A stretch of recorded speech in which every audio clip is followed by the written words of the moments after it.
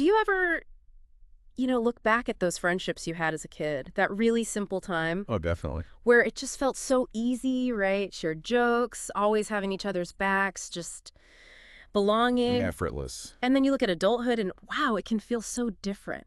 Relationships often seem like this complicated puzzle. Mm-hmm. You've got criticism, maybe some gossip, partners who just don't seem to get it, even strangers being weirdly hostile sometimes. It's such a shift. It really is a stark contrast, like you said. Well, that's exactly what we're diving into today. We're looking at this challenge, and we've got a fantastic guide, an article called The Ultimate Guide to Building Meaningful Relationships: 6 Essential Social Skills You Need for Success.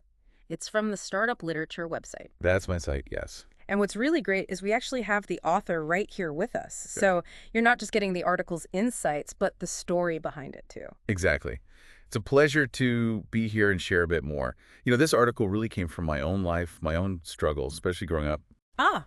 My parents, they had this cultural mantra, you could call it. Adversity breeds resilience. Strict discipline fosters obedient children. That was their whole approach. Wow, that sounds intense. It was. Lots of criticism, public shaming. They genuinely thought humiliating me, calling me a problem child, would somehow, kick me into gear. And did it. No, quite the opposite, actually. I just retreated, skipped class, played video games constantly, hid comic books during exams, even got into fights. It pushed me away. That makes sense. Yeah, I eventually scraped into college, not a top one, and saw friends go through similar things, some dropping out, just full of resentment about how they were raised. It leaves a mark. Definitely. And then, ironically, I ended up becoming a teacher. Oh, interesting turn. Right. But my school had the complete opposite philosophy. No bad students, only bad teachers. Criticism, punishment, totally forbidden. That sounds almost too good to be true. Well, yeah. On paper, maybe. But in reality, often it was just chaos. Without any real accountability, discipline went out the window. Classes were hard to manage. And honestly, everyone, teachers and students, ended up pretty frustrated. So you saw both extremes fail, basically. Exactly. That was the paradox. Harsh criticism creates rebels. Total leniency creates chaos. Neither one actually works for building, healthy people or healthy relationships. Which leaves a huge question hanging in the air. The burning question. What is the secret then? If those extremes don't work, what actually helps us build good, meaningful connections? And that led to the article. Precisely. That question is the heart of it. My core idea is this. Relationships often break down not because people are just inherently difficult, but because we fundamentally misunderstand what people need. Which is? To feel valued, understood, and respected. Seriously, think about it. When did someone last give you genuine, specific appreciation? Not just good job, but something real. It is pretty rare when you put it like that. It's incredibly rare. And yet, it's so powerful. Now flip it. Yeah. How do you react when someone criticizes you? Do you feel motivated? Or do you immediately get defensive? Defensive. Almost always defensive. Right. Most of us do. Criticism, even if the person means well, it just triggers that wall to go up. It causes resentment way more often than it causes positive change. That's a really crucial shift in thinking, moving away from blaming people and toward understanding those core human needs. Exactly. So where do we go from there? Your article gets into the psychology, but then offers practical steps, right? As we dig into this, maybe you listening can think about one relationship, just one that could use a bit more understanding, maybe a little less judgment. That's a great way to approach it. Okay, so let's unpack some of that psychology you mentioned. Understanding what makes people tick seems pretty fundamental here. Oh, absolutely foundational. If you want to build those meaningful connections, you have to get what people really want, what they care about, and just as importantly, what makes them pull back or shut down. It's like having the map, Without it, you're just guessing, and even your best intentions might completely miss the mark. Okay, so what's at the very top of that list? What's the biggest universal driver? It's that deep, deep need to feel important, to feel appreciated. Everyone, and I mean everyone, craves it. But like we said, genuine appreciation, it's surprisingly scarce. Yeah. There's this ancient Chinese text, Strategies of the Warring States, we're talking over 2,000 years ago, and it observes something like, a man will die for someone who understands him. A woman will adorn herself for a man who admires her. Wow. That still resonates. Totally. You see it everywhere, don't you? Kids acting out just to get noticed. Elderly parents maybe playing up aches and pains for a bit of sympathy. Employees who give their all for a boss who truly sees their contribution. That desire for recognition, it's powerful, primal even. Okay, so if it's that powerful, how do we actually tap into it without sounding fake? That's the key word. Sincere. It has to be sincere appreciation. This isn't about flattery. Flattery is, well, it's cheap praise, right? Telling someone what you think they want to hear, true or not. Right, like empty compliments. Exactly. Mm. Appreciation is different. It's about recognizing and saying something specific about a quality they actually have or something they actually did well. So instead of just, you're the best manager ever, maybe try, I was really impressed by how calm you stayed in that tough client meeting earlier. Your composure was genuinely inspiring. See the difference? Yeah, much more specific, much more real. And that's what builds trust. Yeah. Flattery might work for a minute, but people see through it eventually, and then you've actually damaged the trust. That distinction is so important. Okay, Yeah. what's the next psychological insight? It's something we all kind of know, but maybe don't like to admit. The power of self-interest. Let's be real. We are all fundamentally a bit self-centered. Uh-huh. Okay, Yeah. fair enough. And look, that's not inherently bad. It's just human nature.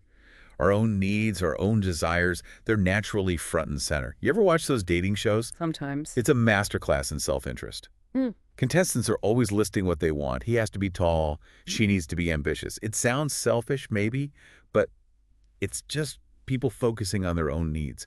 Think about your last conversation. Honestly, how much time did you spend talking about you versus truly digging into the other person's world? Oof. Probably more about me than I'd like to admit. Most of us are like that. Yeah. The scales usually tip towards me. Okay, so if we're all naturally focused on ourselves, how does connection even happen? How do we bridge that gap? Right. Here's the interesting twist. Even though we're self-interested, we are strongly, almost paradoxically, drawn to people who show genuine interest in us. Ah, okay. I remember when I first met one of my now closest friends, he just asked these really thoughtful questions about my research. And he listened, like really listened. We Yeah. talked for hours. That interest he showed in me, that's what clicked. Yeah. Contrast that with someone who just talks about themselves the whole time, listing their achievements. Mm. You naturally kind of pull away, don't you? Yeah, it gets tiring fast. Totally. Yeah. And you see this in business too. The best salespeople, they don't just push a product. They build rapport. They ask questions, listen to the customer's actual needs, and they talk about how they can help. It's about showing interest first. That's a really powerful point for, well, pretty much any interaction, not just sales. What's the third big psychological truth you focus on? It's about what people universally hate. Criticism. Oh, yeah, definitely. Think back again. Last time someone criticized you, what was your instant reaction? Was it, oh, thank you so much for that feedback, I'll get right on changing? Not quite. More like finding reasons why they're wrong. Exactly. Defensiveness, Yeah. excuses, maybe even lashing back out a little. It's almost automatic. Criticism hits us right, and our sense of self-worth, our feeling of importance and competence. Even if it's meant constructively. Even then, often. When people feel attacked, their instinct isn't usually to reflect and change, it's to dig in their heels, to protect themselves. Think about getting pulled over by the police. Does anyone ever say, you know what, officer, you're absolutely right, I was speeding? Never. It's always, but the other cars, or the sun was in my eyes. Precisely. We justify, we defend. It shows that we're often driven more by our emotions and our ego than by pure logic. We see the world through our own lens, and criticism just makes us cling to that lens even tighter. So criticism usually backfires because it wounds pride and makes people defensive. What's the alternative then, if something genuinely needs addressing? Empathy. Try to understand before you judge. Put yourself in their shoes just for a moment. Ask yourself, why might they have done that? What could they be feeling? So it's not about agreeing with them necessarily. Not at all. You don't have to endorse the action. But shifting from criticism to curiosity, trying to understand their perspective, it completely changes the dynamic. It disarms that defensiveness and opens up the possibility for a real conversation, maybe even finding a solution together. It turns a potential conflict into a chance to connect. Okay, this psychological groundwork makes a lot of sense. It really sets the stage for the practical strategies in your article. Once we kind of get these drivers, how do we actually use that knowledge? What are the skills? Right, because understanding is one thing, doing is another. Building good relationships isn't just about knowing psychology, it's about developing actual skills. So in my guide, I lay out what I call the 6 essential social skills. Think of them as three foundational rules and then three more advanced strategies built on top of those. Okay, let's hear them. Rule number one. Rule number one, make a conscious effort to remember and use people's names. Dale Carnegie nailed it when he said a person's name is the sweetest and most important sound in any language. It sounds simple, but it's true. It feels good when someone remembers your name. It really does. It's a basic sign of recognition, of respect. Right. It subtly says, you matter enough for me to remember this. And yet we forget names constantly, don't we? Seconds after being introduced sometimes. We do. But often, I think it's less about bad memory and more about where our focus is. We're so busy thinking about what we're going to say next, we're making our own impression, that the name just doesn't register. It's an afterthought. So it's about prioritizing it. Exactly. Remembering a name is one of the simplest yet most effective compliments you can pay someone. Forgetting it, or worse, getting it wrong repeatedly, that sends a message too. I knew someone once who, for years, literally called me, "What's your name again?" Even on the phone. Oh, wow. That's rough. Yeah, it definitely affected how I felt about interacting with them. So any quick tips for actually remembering names better? Sure, repeat it right away when you hear it. "Nice to meet you, Sarah." Yeah. Try to use it naturally once or twice in that initial conversation. So, Sarah, what brings you here? And link it mentally. Maybe associate the name with someone else you know or a visual image. It takes a little effort up front, but the payoff and connection is huge. Makes sense. Yeah. Okay, rule number two. Rule number two, develop genuine interest in other people. This flips the script on that self-interest thing we talked about. Ah, okay. Our default is to talk about ourselves, our experiences, our opinions. But if you want to build real connections, you need to actively shift the focus. Show interest in their story, their world. Like that friend you mentioned earlier. Exactly. Think about dogs even. Why does everyone love dogs? They're just always happy to see you. Right. They don't care about your job title, your car, your problems. They're just purely unconditionally thrilled that you are there. That enthusiasm is infectious. It makes you feel important, seen. That's a great analogy. I saw this play out with a crossing guard at my kid's school once. Most parents were just rushing head down on their phones. But this guy, he smiled and waved at everyone. Genuinely. At first, people kind of ignored him. Yeah, people can be in their own bubble. Totally. But his energy, his consistent, genuine interest, it was contagious. After a while, parents started smiling back, raving, even stopping for a quick chat. He became this beloved figure in the community just by showing up with that positive interest in others. So how do we actually do that? How do we cultivate that genuine interest day to day? Ask open-ended questions, not just, "How was your weekend?" which gets a fine.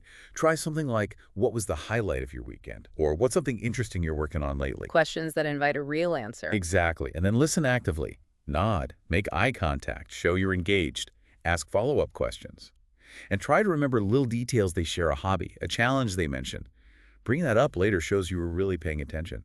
When you show that authentic interest, people feel it and they naturally warm up to you. Okay, that flows perfectly into rule number three, I imagine. It does. Rule number three is listen to understand, not just to respond. Ooh, that's a big one. We're all guilty of that, aren't we? Absolutely. Someone's talking, and our brain is already racing, formulating our counterargument, our witty reply, our own related story. Yeah, waiting for our turn to talk. Exactly. And when we do that, we miss so much. We miss the nuances, the emotion underneath the words, the actual message they're trying to convey. This is where so many misunderstandings start. So what does listening to understand look like? It's about empathic listening. It's more than just hearing the words. It's trying to grasp the person behind the words, trying to step into their shoes, see the situation from their perspective, even, and this is crucial, even if you don't agree with them. That's hard to do sometimes, especially if you strongly disagree. It is hard. Think about family arguments. Parents dismissing kids' feelings, spouses arguing past each other, everyone just trying to score points. But if you can pause that internal chatter and genuinely try to hear where the other person is coming from, you often find the real issue isn't the thing you're arguing about. It's a feeling, an unmet need underneath. There was even this story about a scam artist in China who conned loads of women. His secret weapon, he said, "I just let them talk." Now, obviously, his actions were terrible, but his method highlights something powerful. People are desperate to feel truly heard. Wow. Okay, so how can we practice being better listeners, more empathic listeners? First, consciously quiet your own thoughts. Focus fully on the speaker. Don't plan your response while they're still talking. Second, reflect back what you think you're hearing to check your understanding. Okay, so it sounds like you're feeling really frustrated because that shows you're trying to get it. And it gives them a chance to correct you if you misunderstood. Exactly. And third, ask clarifying questions. Can you tell me more about that? Yeah. Or what specifically made you feel that way? When people feel genuinely heard and understood, trust grows. They open up. The connection deepens. Okay, those 3 rules, using names, showing interest, listening to understand, feel like a really solid foundation. But you mentioned advanced strategies, too. Yes, building on that foundation, the first advanced strategy is be lenient with others, but strict with yourself. Explain that one. We tend to do the opposite, right? We judge others harshly for their mistakes, their flaws, their off days. But when we mess up, oh, we have a million excuses. We give ourselves endless passes. Guilty as charged sometimes. We all are. But that double standard is toxic for relationships. It breeds resentment, kills trust. Think about it. Nobody respects a hypocrite. True. So to build real trust, you have to flip it. Be understanding. Be forgiving when others slip up, but hold yourself to a high standard. Own your mistakes. Be accountable. Can you give an example? Sure. I learned this the hard way in grad school. I corrected my professor about some technical detail, a cell type, I think during his lecture, in front of everyone. Wow. Yeah. Ouch is right. I thought I was being smart, showing off my knowledge. What I actually did was humiliate him publicly. Our relationship never really recovered after that. The point wasn't whether I was right or wrong. It was how I handled it. Right, the impact. Exactly. You rarely change someone's mind or behavior by proving them wrong, especially publicly. Criticism, even accurate criticism, makes people defensive. It's far more effective to focus on understanding, maybe gentle guidance if appropriate, and always, always let the other person save face. That earns you respect and trust in the long run. That's a really valuable lesson, especially for disagreements. Okay, what's the next advanced strategy? How do we handle conflict better? Find common ground before you express disagreement. This is key. Okay, how does that work? Our instinct in a disagreement is often to jump right in with why the other person is wrong. No, that's not right because, or actually the data shows. But when you lead with a disagreement, you immediately put them on the defensive. Walls go up. Right back to that defensive trigger. Exactly. Instead, try starting by acknowledging something valid in their point of view before you introduce your own perspective. It's sometimes called the yes and approach, like in improv. Ah, I've heard of that. So instead of saying, you're wrong about that project deadline, it's impossible, you might try, yes, I agree, we definitely need to deliver this quickly, that's crucial. And I'm a bit concerned that rushing might cause us to miss some critical quality checks. What if we explored adjusting the timeline just slightly to make sure we balance speed with getting it right? Ah, I see. It lowers the temperature immediately. Precisely. It signals that you've heard them, you value their point, even if you have a different concern, and it makes it feel more like a collaboration to solve a problem together, rather than a fight.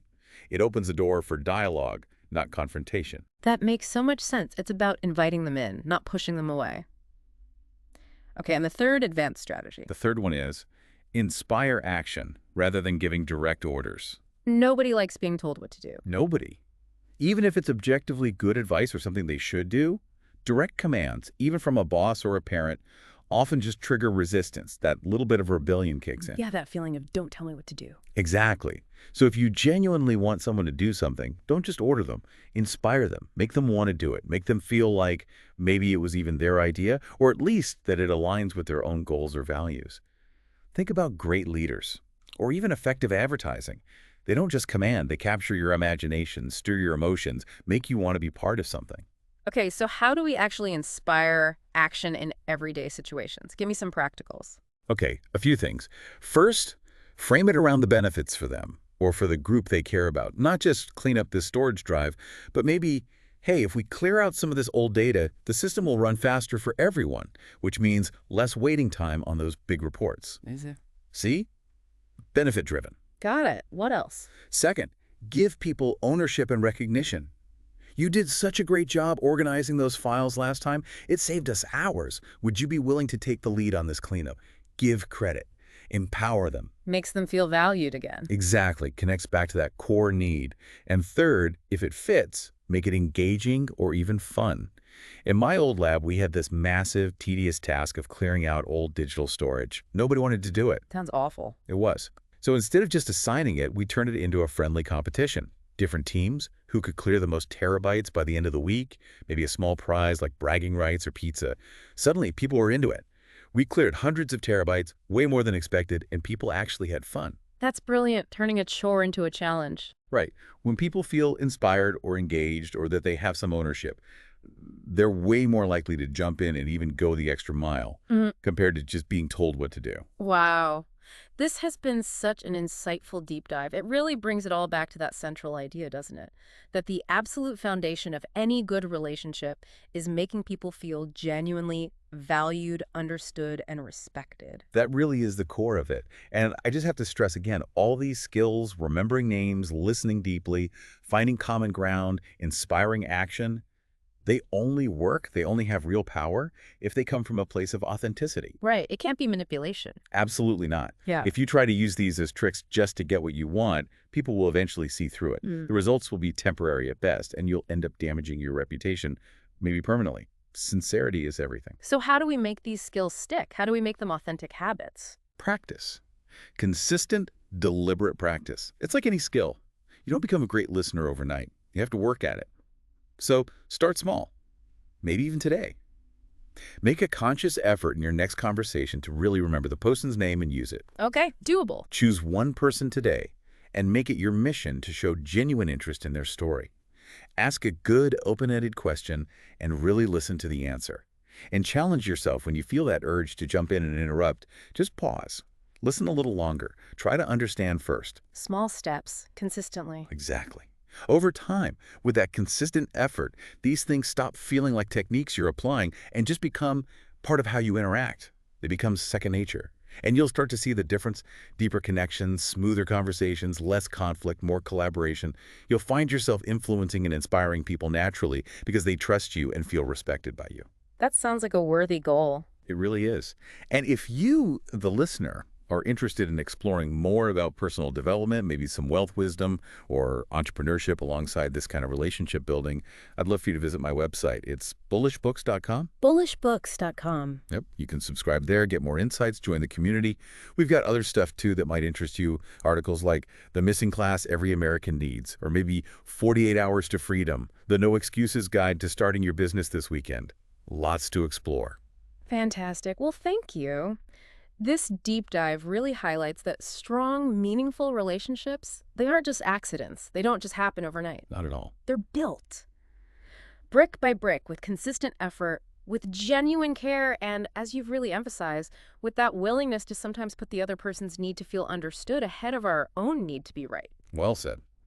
And maybe a final thought to leave everyone with.